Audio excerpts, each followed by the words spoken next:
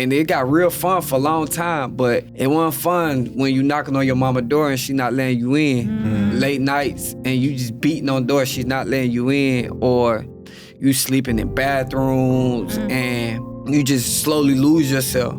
I lost myself. You know, I became somebody who didn't care. I became somebody who had no feelings. Welcome to Unseen Atlanta, an Atlanta Mission podcast. We believe storytelling has the power to shift perspective and spark change. Each episode will bring you a powerful story from a member of the Atlanta Mission community. I'm your host, Rachel, and I'm joined by my co-host, Jonathan. This season, we're focused on what it really means to invest in Atlanta. Today, we talked to Ozzie, a client at the Potter's House. Rachel, Ozzie shared a lot about his struggles with identity, and that was really at the root of his issues. It really was. He never knew who he was, and so he turned to substances to kind of try to figure out who he was. And it's been cool now that he's in recovery. He knows who he is, and he's ready to give his recovery away. So we're so grateful for him sharing a story. We hope you enjoy our conversation with Ozzie as much as we did.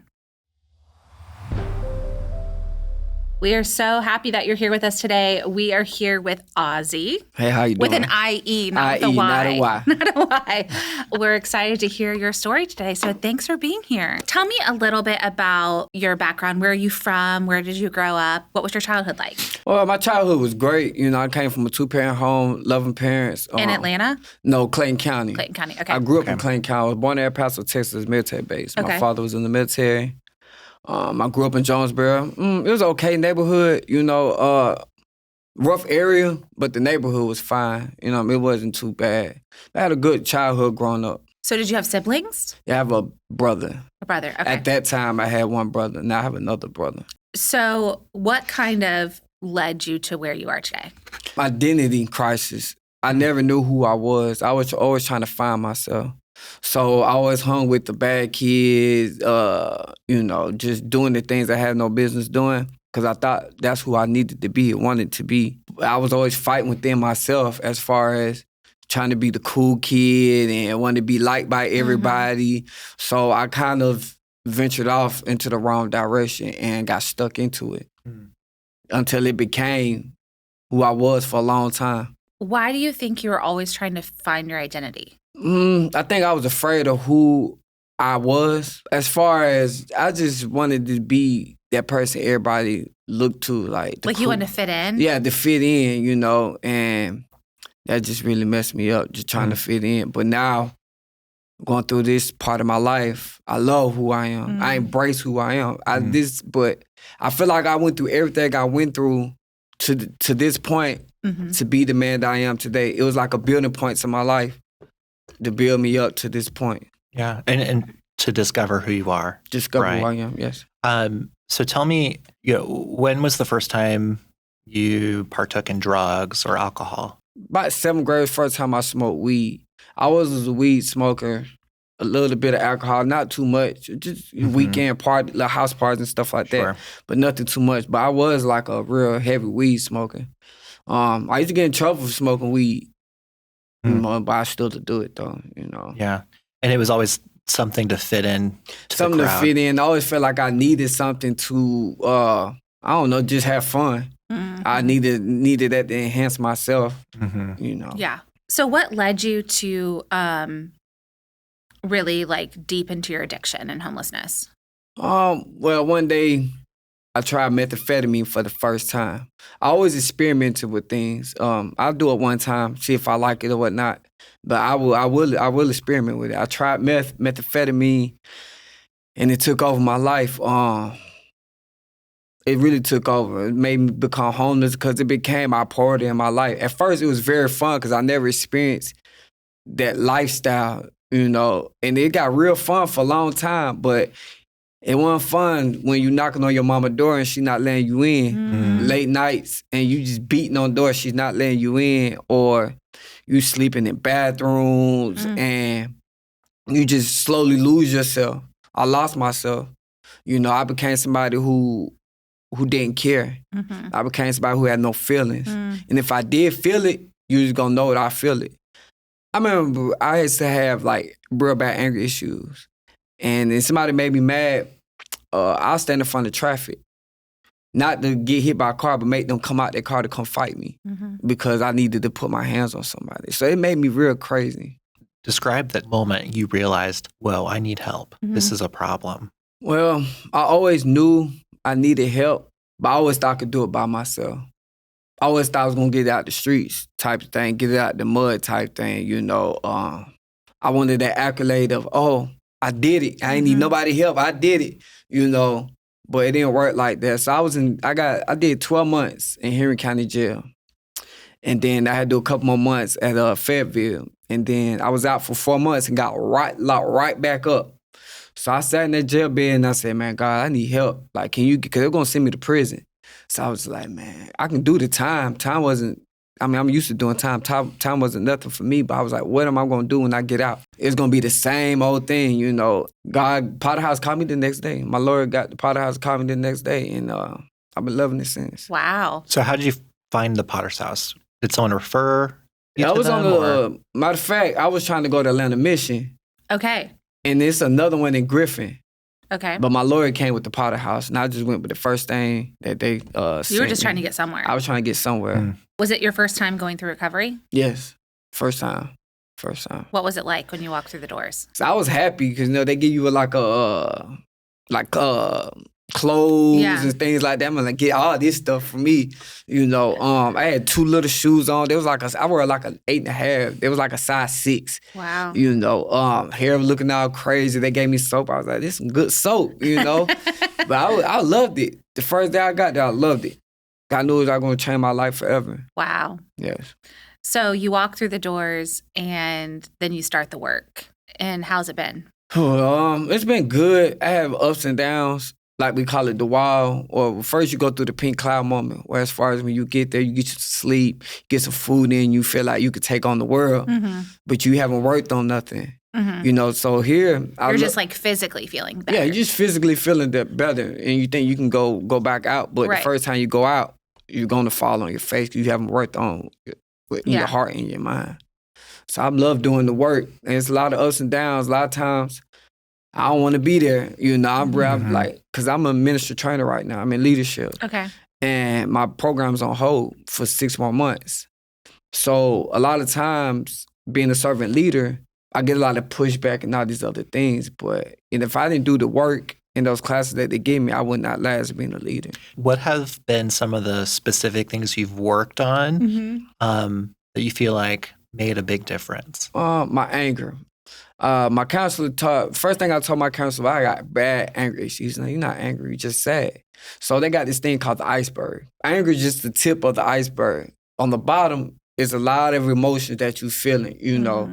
And I realized those were the emotions I was feeling. And as a man, growing up, you was taught not to say you feeling. Like, if you did some harm to me or disrespected me or made me feel any type of way, my first instinct was to put my hands on you. But I've learned to just tell you, you hurt my feelings.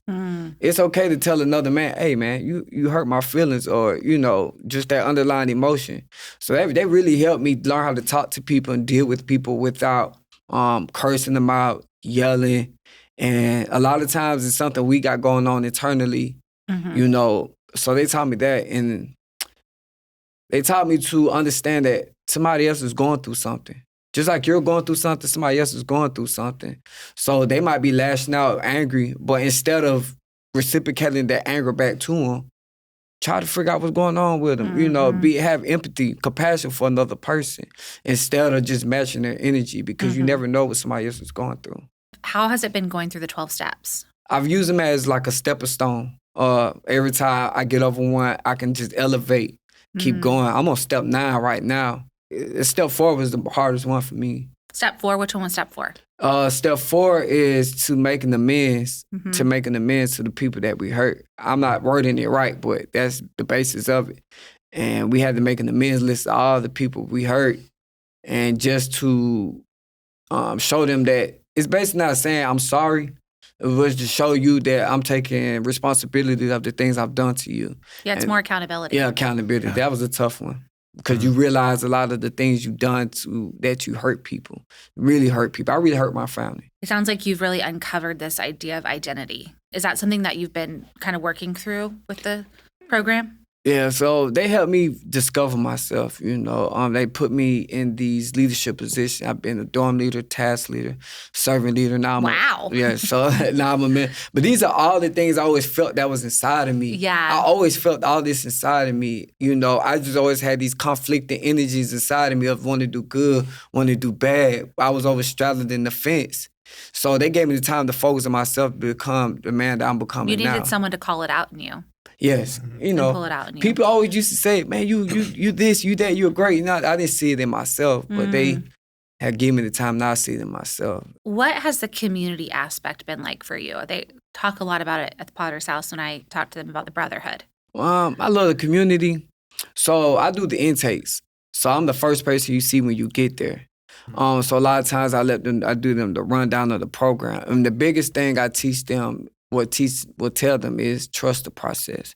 We all come from backgrounds, traumatic backgrounds, prison and jail and all these other things. And it's hard to, when we're going through these emotions and we're not behind no wall or whatever. So it's a change when you gotta feel what you're feeling, because we should suppress all our feelings and stuff.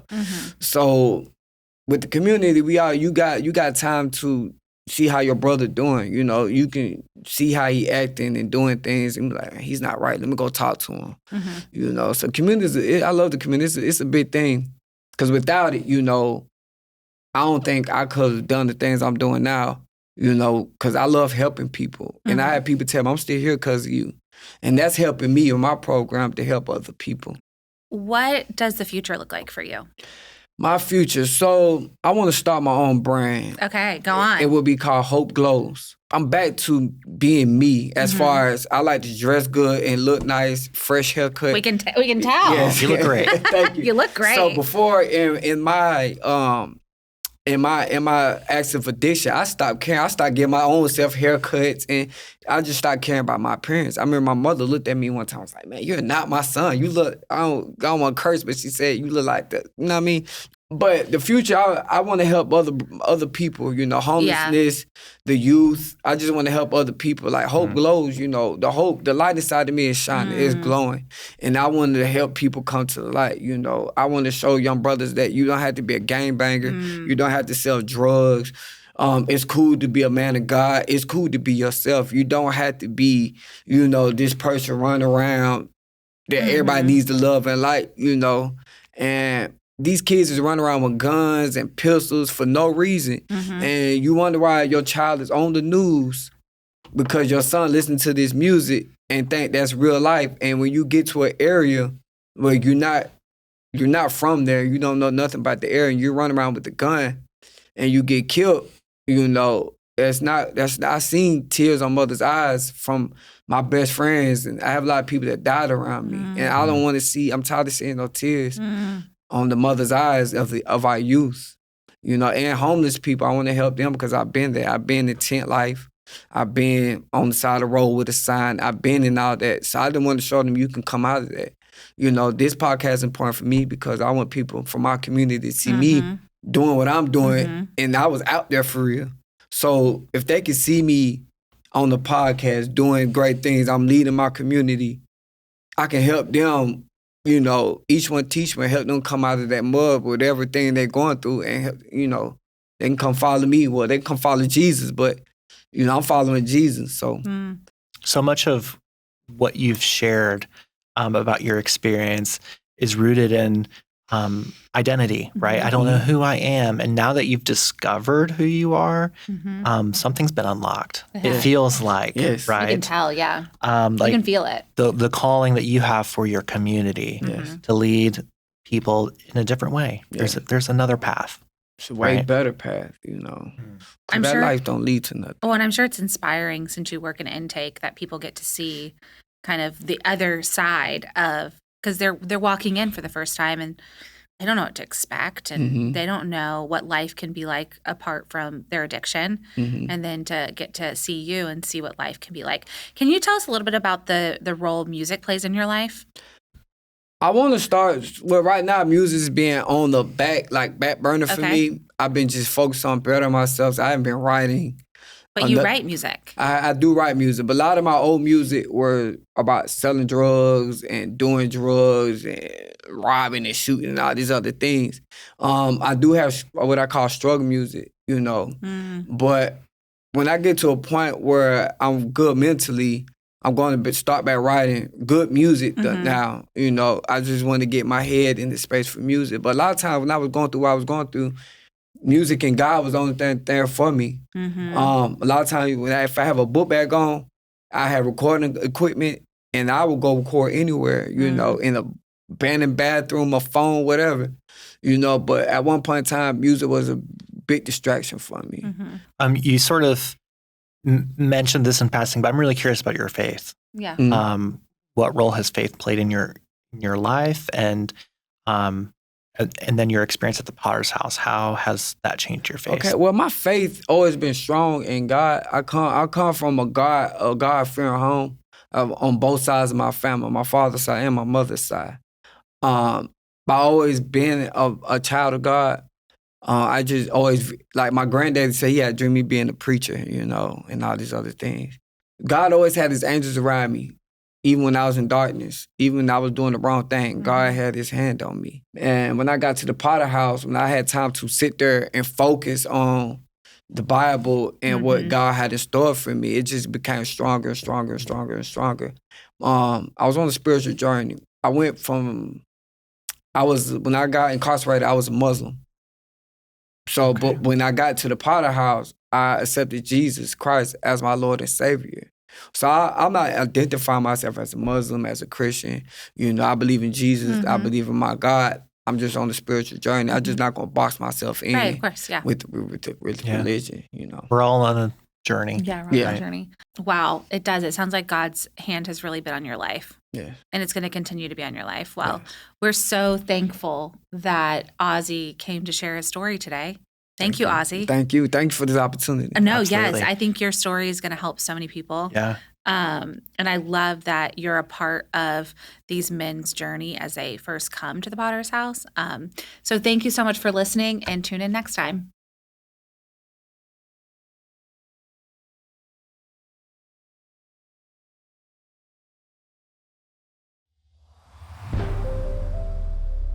This Giving Tuesday, you have the chance to double your impact. Thanks to a generous $75,000 match, every dollar you give goes twice as far. So as we enter the holiday season, a time of gratitude and giving, your support helps bring hope and resources to those who need it the most. So please don't miss this opportunity for incredible generosity. Give today and help us reach our goal together. Unseen Atlanta is proud to be sponsored this season by the Scott Pryor Law Group. At Scott Pryor Law, they treat every client like family. If you've been injured, their mission is simple. You focus on healing, and they'll handle the rest. Scott Pryor, a U.S. Marine and trial attorney, and his team believe in compassion, justice, and serving their community. So if you or a loved one has been injured, reach out to the Scott Pryor Law Group today. They'll walk with you every step of the way. You can learn more at scottpryorlaw.com. Thanks for listening to Unseen Atlanta. If today's story moved you, we invite you to take the next step. Whether that's volunteering your time, donating to Atlanta Mission, or simply continuing to listen and learn, every step matters. Follow along, share this episode, and join us as we invest in Atlanta together.